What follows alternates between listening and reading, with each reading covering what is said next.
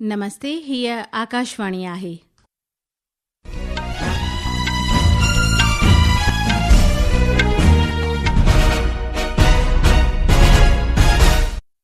हाणे तवी माला खूबचंदाणी खां ख़बरूं ॿुधंदा। सभ खां अवल मुख्य ख़बरूं। प्रधानमंत्री नरेंद्र मोदीअ जी 2 ॾींहनि जी जॉर्डन यात्रा मुकमल।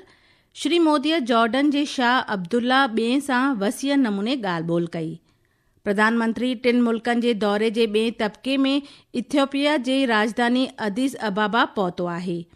ज़रई मंत्री शिवराज सिंह चौहान ग्रामीण रोज़गार ऐं ढांचे खे ओज ॾियण वास्ते लोकसभा में विकसित भारत रोज़गार ऐं आजीविका मिशन ग्रामीण बिल 2025 पेश कयो। दिल्लीअ जी हिकु अदालत नेशनल हेराल्ड मामले में सोनिया गांधी ऐं राहुल गांधीअ ख़िलाफ़ ईडीअ पारां दायर मनी लॉन्ड्रिंग मामले जो नोटिस वठण खां इनकार कयो। मथुरा में यमुना एक्सप्रेस वे ते घाटे कोड़े सबबि अॼु सुबुह केतिरनि ई बसुनि जे टकराइजण सां 13 माण्हुनि जी मौत ऐं 70 खां पिणु वधीक ज़ख़्मी थिया।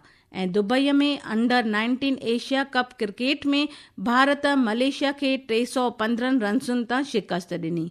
हाणे ख़बरूं तफ़सीलवार ॿुधंदा। प्रधानमंत्री नरेंद्र मोदीअ जी 2 ॾींहनि जी जॉर्डन यात्रा मुकमल थी आहे। हुन जॉर्डन जे शाह अब्दुल्ला ॿिएं इब्न अल हुसैन सां वसीअ मुज़ाकरात कई ऐं ॿिन्ही मुल्कनि जे उद्योग वॾेरनि जे वापार मंच खे ख़िताब कयो। ध्यानु ॾियारियूं त हिन साल ॿिन्ही मुल्कनि जे सिफ़ारती लाॻापनि जा 75 साल पूरा थी रहिया आहिनि। प्रधानमंत्रीअ जे जॉर्डन दौरे दौरान केतिरनि ई समझौतनि खे आख़िरी रूप ॾिनो वियो ऐं आर्थिक सहकार वधाइण वारनि उपावनि ते तबादले ख़्याल कया विया। प्रधानमंत्री नरेंद्र मोदी ऐं शाह अब्दुल्ला अॼु अमान में भारत जॉर्डन वापार मंच खे गॾियल नमूने ख़िताब कयो।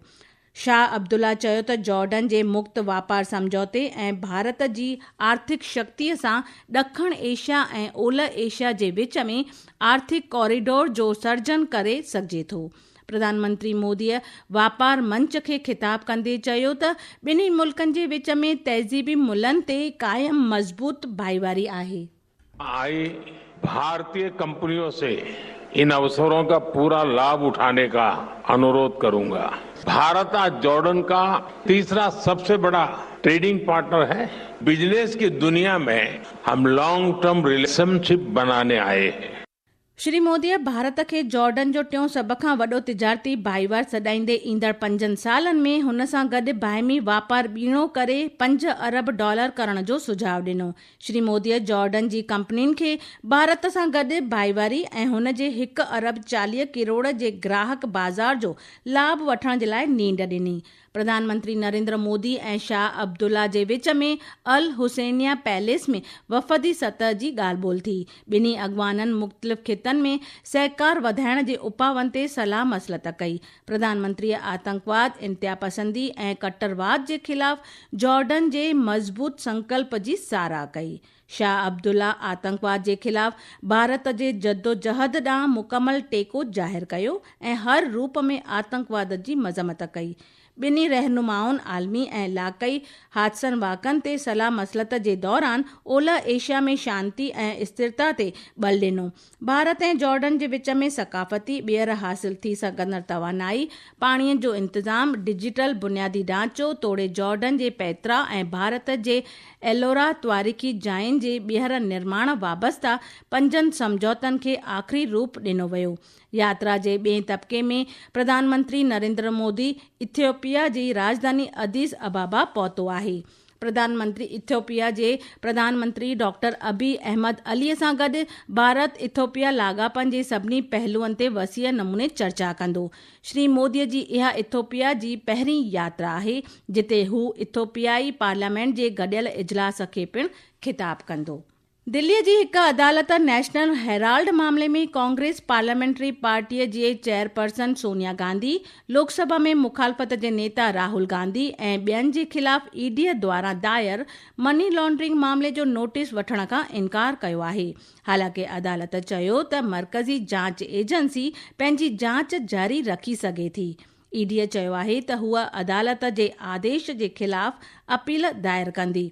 राउस एवेन्यू अदालत जे ख़ासि जज विशाल गोगने चयो त ईडीअ पारां नाणे जी गैर क़ाइदेसर हेराफेरी रोकथाम एक्ट जे तहत दायर कयल अर्ज़ी हिन सतह ते स्वीकार करण जोगी कोन्हे। इन मामले में तहमत मड़ी वई आहे त बर्ख कांग्रेस नेताउनि नेशनल हेराल्ड जे पब्लिशर यानी प्रकाशक एसोसिएटेड जर्नल्स लिमिटेड जी 2000 करोड़ रुपयनि खां पिणु वधीक जी मिल्कियतुनि ते गैर क़ाइदेसर रूप सां ज़ाब्ते जी साज़िश सटी। ही ख़बरूं तव्हां आकाशवाणी तां ॿुधी रहिया आहियो। ही ख़बरूं तव्हां असांजी YouTube channel air news Gujarat ते पिणु ॿुधी सघो था। वधीक ख़बरुनि जी तफ़सील जे लाइ तव्हां असांजी वेबसाइट newsonair.gov.in खे फॉलो करे सघो था।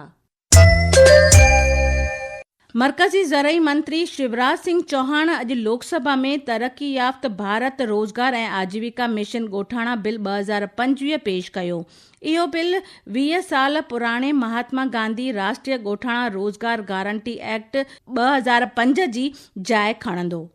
माननीय अध्यक्ष महोदय, मैं प्रस्ताव करता हूं कि मुझे विकसित भारत गारंटी फॉर रोजगार एंड आजीविका मिशन ग्रामीण VB जी राम जी विकसित भारत जी राम जी बिल 2025 को सभा में पूरा स्थापित करने की अनुमति दी जाए।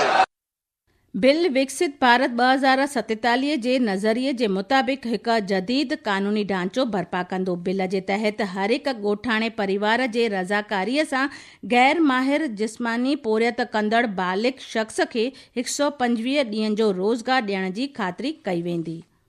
उत्तर प्रदेश जे मथुरा में अॼु सुबुह सवेर केतिरनि ई बसुनि जे टक्कर लॻण सां 13 माण्हू अजल जो शिकार थिया आहिनि ऐं 70 खां पिणु वधीक ज़ख़्मी थिया आहिनि। इहो हादसो मथुरा जे बलदेव इलाइक़े में यमुना एक्सप्रेस वे ते थियो, जिते बसुनि जे टकराइजण सबबि वाहननि में ज़बरदस्त बाहि लॻी।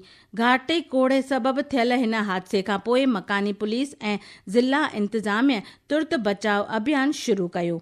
उत्तर प्रदेश जे मुख्यमंत्री योगी आदित्यनाथ मार्जीवेलनि जे परिवार ॾांहुं दिलसोज़ी ज़ाहिर कई आहे। हुन मार्जीवेलनि जे परिवार वारनि खे 2 लख रुपया ऐं ज़ख़्मीलनि खे 50-50 हज़ार रुपया मुआवज़े तौरु ॾियण जी पधिराई कई। प्रधानमंत्री नरेंद्र मोदीअ इन हादसे ते गहरो दुख ज़ाहिर कयो आहे। सोशल मीडिया पोस्ट में प्रधानमंत्रीअ चयो त संदसि हमदर्दी फ़ौतियुनि जे परिवार सां गॾु आहे। हुन ज़ख़्मीलनि जे तुर्त सिहतयाब थियण जी प्रार्थना कई। प्रधानमंत्री दफ़्तर फ़ौतियुनि जे परिवार खे प्रधानमंत्री राष्ट्रीय राहत फंड मां 2 लख रुपया तोड़े ज़ख़्मीलनि खे 50-50 हज़ार रुपया मुआवज़े तौरु ॾियण जी पधिराई कई आहे। राष्ट्रीय अॼु विजय दिवस मल्हाए रहियो आहे। इहो ॾींहुं साल 1971 जी जंग में पाकिस्तान ते भारत जी सोभ जी यादि में मल्हायो वेंदो आहे।